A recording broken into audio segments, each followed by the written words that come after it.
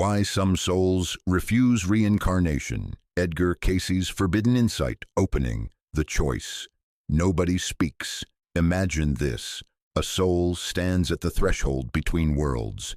Behind it, the weight of a lifetime, the body it wore, the name it carried, the love it knew, and the love it lost. He had two pathways. One descends back toward earth, back toward flesh, toward forgetting, toward the struggle of being human once more. The other rises, into light, into vastness, into something the mind cannot name but the heart recognizes, and in this moment the soul must choose. But here's what no one tells you.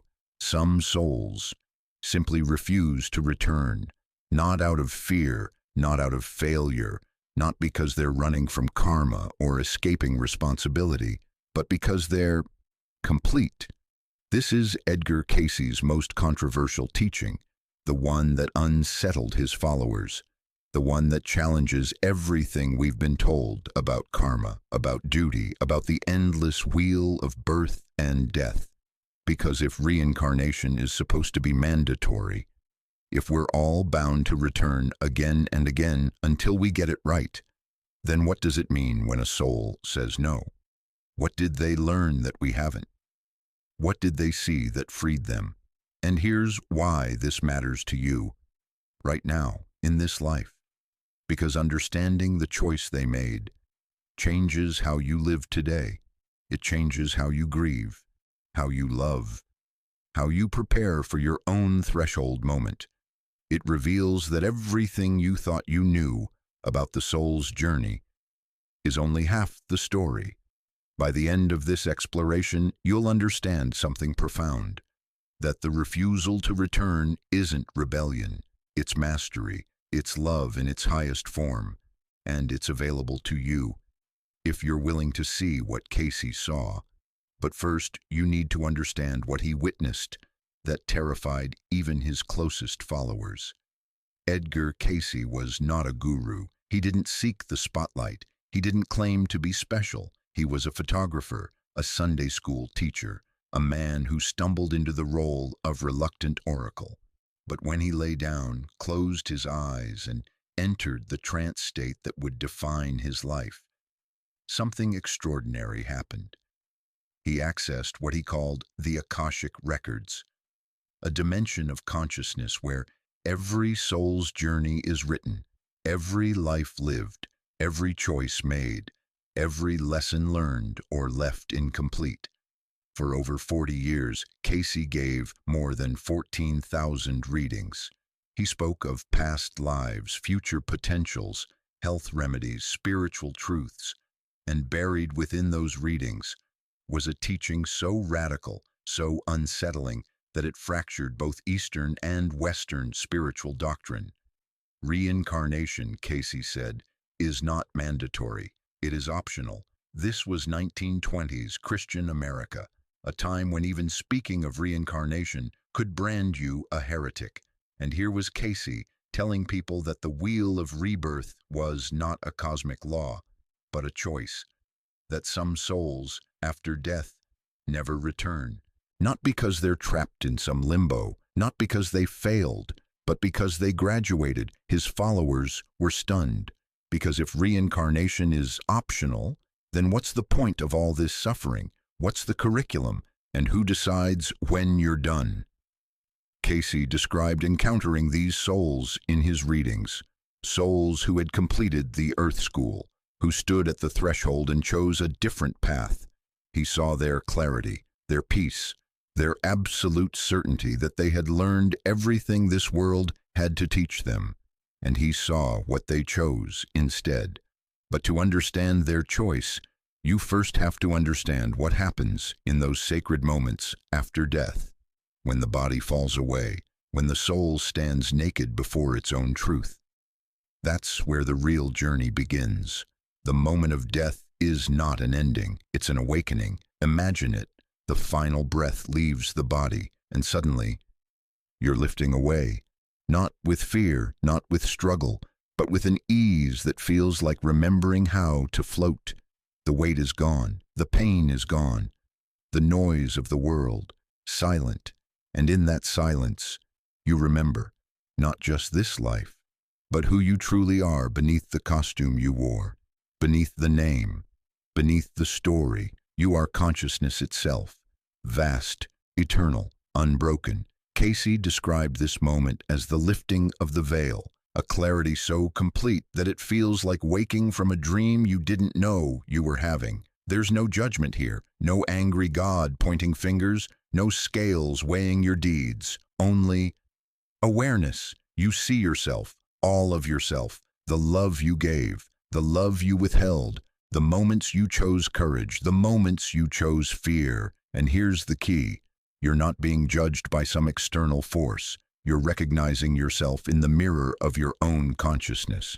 Casey called this the life review. But it's not a courtroom, it's a classroom. Every interaction replays. But now you feel what the other person felt. You experience the impact of your words, your actions, your presence. You feel the joy you brought to the stranger you smiled at. You feel the wound you left in the heart of someone you dismissed. And in this feeling, there's no guilt, only understanding, because the soul doesn't punish itself, it learns. Some souls feel relief in this moment, a deep, exhaling gratitude. They see that they loved well, that they gave what they came to give. Others feel grief, not for the life they lost, but for the love they didn't fully express, for the words they never said, for the healing they postponed. And this grief becomes the first test, because what you feel in this review determines what happens next. It determines whether you'll need to return.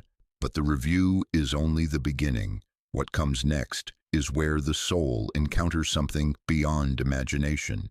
The Akashic Records are not a library. They're not dusty shelves of cosmic paperwork. They're alive. Imagine stepping into a hologram of pure consciousness, where every thought you've ever had, every choice you've ever made, every life you've ever lived, shimmers before you in living light. This is what Casey described, a dimension where the soul accesses its own blueprint. You see the pattern of who you've been, not just in this life, but across lifetimes. You see the themes that repeat, the lessons you've circled again and again, the same wound showing up in different bodies, different centuries, different relationships, power versus service, fear versus love, isolation versus connection. The records don't judge these patterns, they simply show them. Imagine seeing your soul's journey as a musical composition. Some notes harmonize beautifully, others clash, creating dissonance. The question isn't, was I good or bad? The question is, did I create beauty or chaos? And here's what Casey emphasized. These records aren't just about the past. They reveal the potential of what the soul could become. You see the paths not taken, the love not yet expressed, the gifts not yet given. You see who you could be if you returned with full awareness. And for some souls, this vision is irresistible. They see the unfinished symphony and ache to complete it. But for others, they see something different. They see that the composition is complete, that every note has been played, that there's nothing left to learn here. And in that recognition, something profound happens. The guides appear. They come not as judges, but as companions, elder souls, teachers, guides who have walked the path you're walking.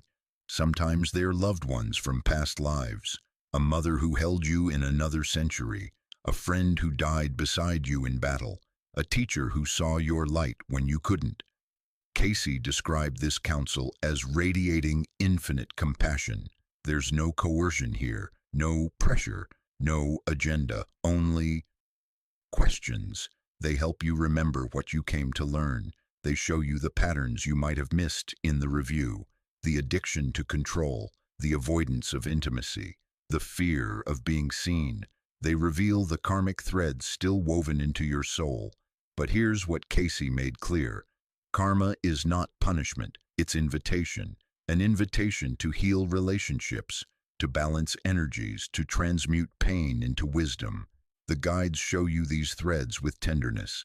They don't demand you resolve them.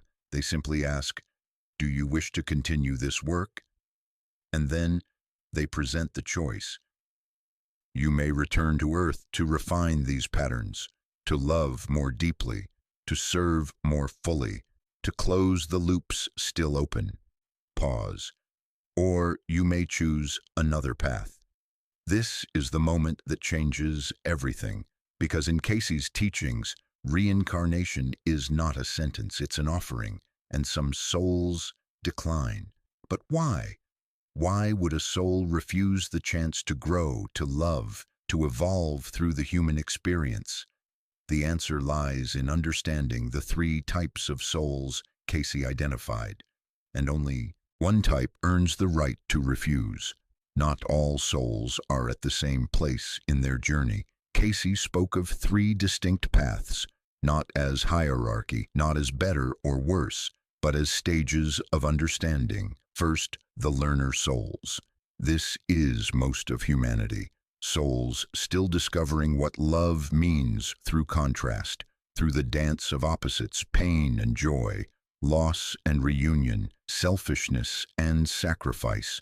For these souls, reincarnation is necessary, not as punishment but as pedagogy. The lessons haven't crystallized into wisdom yet. The patterns haven't been fully seen, fully felt, fully transcended. They return again and again, not because they're failing, but because they're learning. And every lifetime is a new chance to get closer to the truth. Then, the teacher souls. These are the ones who have mastered their personal karma, who have learned the lessons Earth had to teach them, but they return anyway, not because they need to, but because they choose to. Out of love for those still learning, these are the bodhisattvas, the ones who could ascend but stay, who incarnate to hold space, to guide, to remind others of what's possible. They're the mystics, the healers, the quiet sages who show up in your life at exactly the right moment. They don't need Earth anymore, but Earth needs them. And finally, the master souls. These are the ones who have completed the Earth curriculum entirely. They've transmuted fear into love, separation into unity, chaos into peace. For them, reincarnation offers no new growth, only repetition. They've learned everything this world has to teach. And here's what Casey wanted people to understand. This isn't about perfection. Master souls aren't flawless. They're not superhuman. They've made mistakes, felt pain, known darkness, but they're whole. They've integrated every fragment, healed every split, loved through every wound. Imagine graduating from school. You don't know everything, but you've learned what that school had to teach you. That's mastery. And for these souls, the choice at the threshold is clear. They don't need to return. But here's what terrified Casey's followers. Master souls don't disappear, they go somewhere else. And what they do there changes everything. Earth is not the only school. It's one grade level in a vast, infinite university of consciousness. Casey described dimensions beyond this world, planes of existence where love is not an emotion but a creative force, where thought becomes reality instantly, where souls design everything. He called them the celestial spheres, realms of pure thought, pure potential, pure service. Imagine a dimension where you can sculpt galaxies from intention, where you mentor entire civilizations through their evolution, where you explore the nature of divinity itself by becoming it. This is where master souls go when they refuse reincarnation, not to rest, not to escape, but to serve at a scale Earth cannot offer. Why return to the density of our single human body when you could guide thousands of souls at once from the higher realms? Why endure the limitations of flesh when you could operate as pure consciousness, weaving synchronicities, orchestrating meetings, whispering insights into the minds of those ready to hear. Casey saw these souls as architects of reality. They design the blueprint for planetary shifts. They hold the frequency for humanity's next leap. They work behind the veil, invisible but essential. And here's the paradox. From Earth, it looks like they abandoned us. But from their perspective, they're closer than ever. They're the presence you feel in meditation, the voice that whispers, "You're not alone," the inexplicable knowing that guides you toward your purpose. They haven't left, they've expanded. But this raises a question. If master souls never return, how do we explain the child prodigies, the sages who seem to carry ancient wisdom in young bodies, the rare humans who feel different? The answer is both beautiful and heartbreaking. Some master souls do return, but only under very specific conditions. Casey was clear about this. First, collective crisis. When humanity faces existential turning points, war, awakening, planetary shifts, master souls incarnate as emergency responders. They're the ones who hold the frequency when everything is falling apart, who remind us through their presence that love is still possible. Second, karmic compassion. Sometimes a master soul returns to close one final loop with a specific soul group, to heal a lineage, to forgive an ancient wound, to offer one last act of grace before moving on entirely. It's not about their growth, it's about completion for others. And third, template holding. Master souls incarnate to embody a new frequency, to show what's possible, to be living proof that consciousness can evolve. Think of Christ, Buddha, the unknown mystics, the artists, the healers whose names we'll never know. They didn't return for themselves. They returned as a gift. But here's the cost. When a master soul incarnates, they forget who they are. They endure human suffering. They risk being misunderstood, rejected, crucified. Their message gets distorted. Their light gets dimmed by the density of the world. It's a sacrifice. Imagine being a graduate student who returns to kindergarten to help during a fire. You don't need to be there. You've already learned those lessons. But you go anyway, because love demands it. That's what a master soul's return looks like. And Casey said most of them choose not to, not out of selfishness, but out of a deeper understanding. Which brings us to the forbidden insight, the one that reframes everything you thought you knew about love. Here it is, the teaching that made some of Casey's followers turn away. Some souls refuse reincarnation, not to escape, but to love more deeply. Let that sink in. The refusal isn't abandonment, it's service. Because here's what Casey saw. A master soul serving from the higher realms can impact humanity more effectively than by incarnating into a single body. They become guides for thousands, architects of collective evolution, weavers of synchronicity across the entire planet. Think of it this way. A doctor can treat patients one by one, or a doctor can train other doctors and heal millions indirectly. Both are service, both are love, but one operates at a scale the other cannot reach. Master souls who refuse reincarnation aren't avoiding pain. They've already transmuted all pain into wisdom. They've already walked through every fire Earth can offer, and now they offer that wisdom from a place of absolute clarity. No ego, no distortion, no forgetting, just pure, undiluted truth flowing through the veil to those ready to receive it. Casey wanted people to understand this. The refusal is not elitism, it's specialization. Every soul has a role in the grand design. Some are meant to incarnate again and again, learning through the beauty and brutality of being human.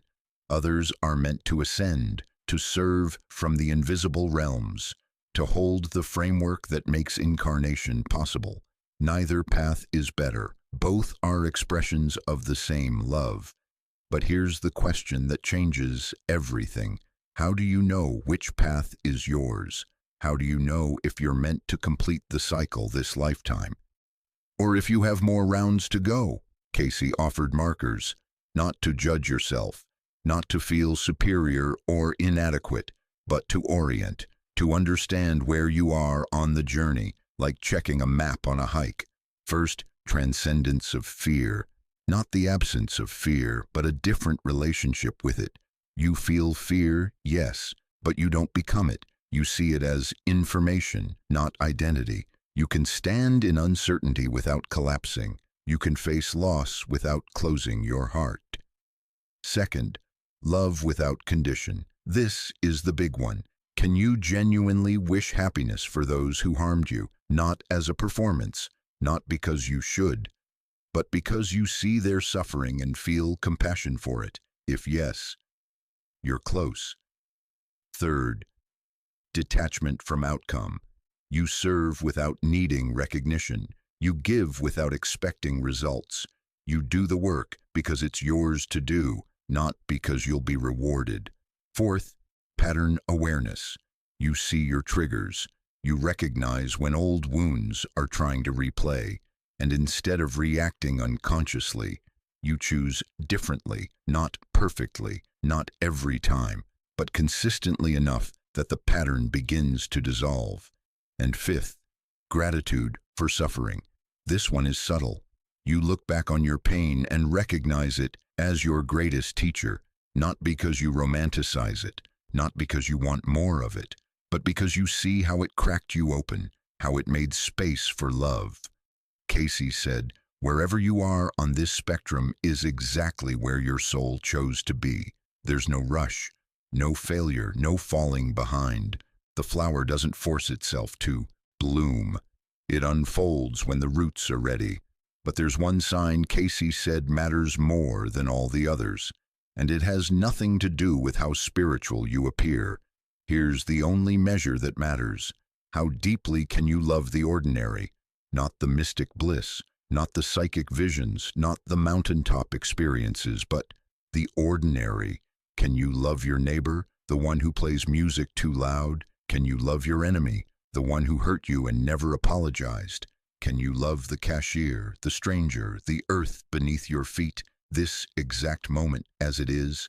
Master souls see divinity in the mundane, in a shared meal, a genuine laugh, a hand held during grief. They've stopped performing spirituality. They've started being it.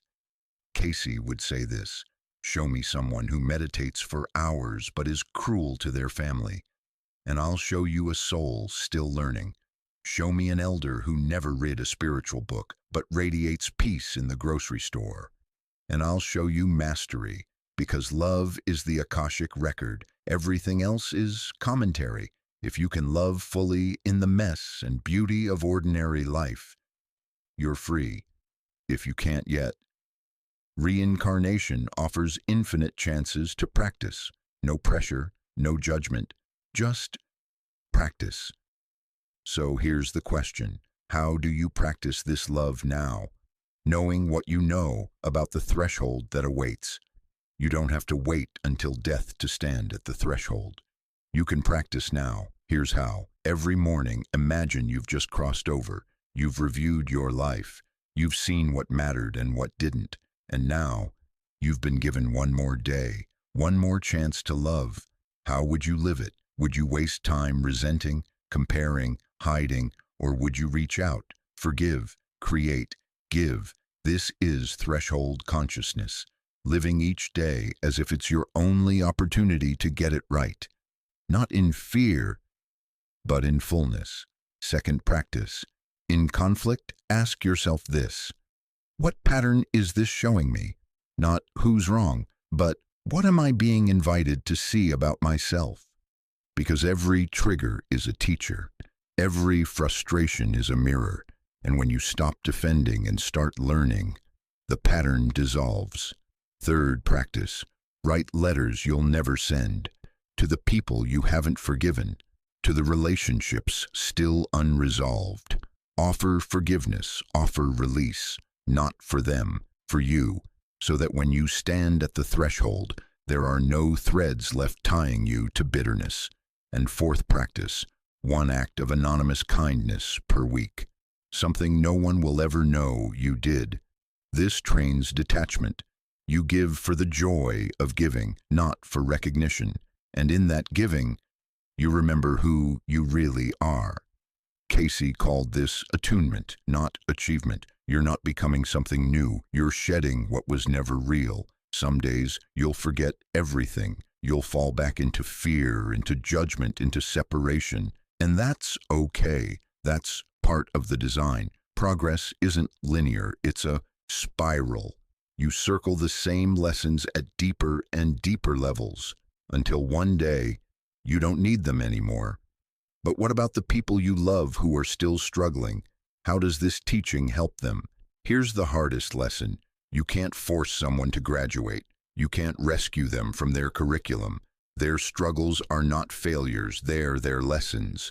And as much as you want to spare them pain, that pain is sacred. It's theirs. It's shaping them. It's teaching them what nothing else could. Casey would say this. Witness, don't rescue. Hold space for their journey without robbing them of their growth. Model, don't preach. Your peace is the invitation. Your presence is the teaching. Words are secondary, and sometimes the most loving act is release, letting them walk their path without your interference, even if it breaks your heart to watch. Because here's the truth, each soul is climbing a mountain. You can't carry them, you can't walk for them, but you can shine a light from where you stand, and trust that they'll find their way, in their time, on their terms. This is love that honors sovereignty, love that doesn't cling or control, love that says, I see you, I believe in you, and I trust your soul knows what it's doing, even when it doesn't look that way, and when your own loved ones cross the threshold, when they die and leave you grieving. Here's what Casey says you can do to ease their passage. The soul who just died is not lost.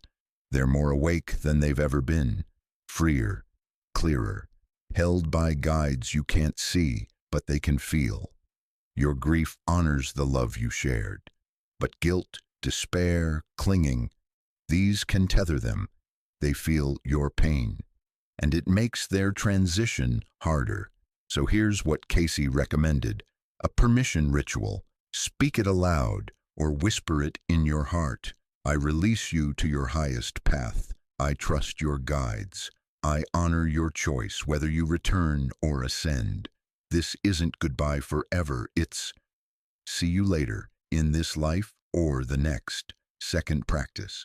For 40 days after their death, Casey said, this is the transition period. Recall one gift they gave you each day.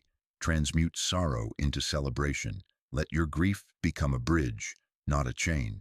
And third, stay open to signs, songs that play at impossible moments, dreams that feel more real than waking, animals that visit with unusual persistence. These may be their way of saying, I'm still here, just differently. Your love doesn't end at death, it expands. They're not lost. They're on the next leg of an infinite journey, and you'll meet again, in a form you can't predict, but your soul will recognize. Which brings us to the most personal question of all. What will you choose when you stand at that threshold? Close your eyes for a moment. Imagine your final breath, not with fear, but with curiosity. The body falls away. You rise. You remember. You see the guides waiting, the light welcoming.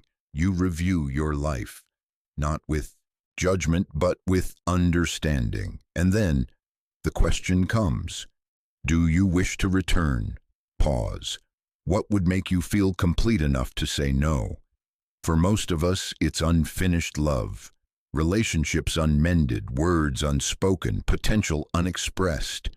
We'd look at our life and see the gaps, the moments we chose fear over courage, the times we said later and later never came, and we'd say, yes, send me back, I'm not done yet. And there's no shame in that. That's the soul choosing growth. But imagine this. Imagine looking at your life and seeing wholeness, not perfection, but completion. Seeing that you loved as deeply as you could, that you gave what you came to give, that you healed what was yours to heal, and in that seeing, feeling no pull to return, feeling only gratitude and readiness for the next adventure. That's mastery, and Casey's promise is this: the more you love fully in this life, the freer you'll be at the threshold. Whether you choose to return as a teacher or ascend as a master, the choice will be clear, because you'll have honored your time here. You'll have squeezed every drop of meaning from this human experience, and your soul will know it's time. But beyond even the choice, beyond the pathways and the realms and the teachings, there's one final truth, Casey whispered, the one that dissolves all fear. Here it is. In the highest realms, there is no separation between returning and ascending. Master souls realize something we can barely comprehend from here. Earth and heaven are not opposites. They're one continuum of consciousness. Reincarnation and liberation are both expressions of the same love. The refusal to return is not rejection. It's a different form of service. And ultimately, every soul is moving toward the same destination, union with the All. Casey's most forbidden teaching? Even the refusal is temporary. Eventually, all souls ascend beyond choice itself, into pure creative love, into the source that dreamed us into being. The wheel doesn't end when you escape it. It ends when you realize you were never bound, that the whole journey, the births, the deaths, the lessons, the pain, the joy, was love exploring itself. And you are that love, wearing a temporary name, playing a temporary role, but never, ever separate from the whole. The soul doesn't graduate from love, it graduates into love, and that journey has no end, only deeper beginnings.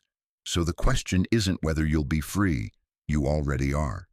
The question is, how will you love while you're here? Closing, your mission now. We return to the threshold, the soul standing between two pathways. But now you understand. The choice isn't just made after death, it's being made now. In every act of love or fear, in every moment you choose presence over distraction, in every relationship you heal instead of abandon. The threshold is not a place you go to, it's a state you inhabit, right here, right now. Reincarnation is not a prison. It's not punishment. It's a school, and graduation is available to all who are willing to learn the curriculum. That curriculum is simple. Love. Love deeply. Love fully. Love without condition. Love the ordinary, the difficult, the mundane, the miraculous. Love until there's no difference between you and what you love. And whether you return to earth or ascend to the celestial spheres, whether you choose to teach or to rest, to serve or to expand, your mission is the same. Love as deeply as you can, for as long as you're here. So here's what you can do today. Mend one relationship, even if it's just in your heart. This week, serve one soul anonymously, with no need for recognition. This life, live as if you've already chosen to make it your last. Not in fear, but in fullness. If this teaching stirred something in you, let me know in the comments what you'll do today to practice threshold consciousness. And remember, you are not here by accident, you are here by love, and that love will guide you home, whether home is here or there. The soul's journey continues, yours has already begun.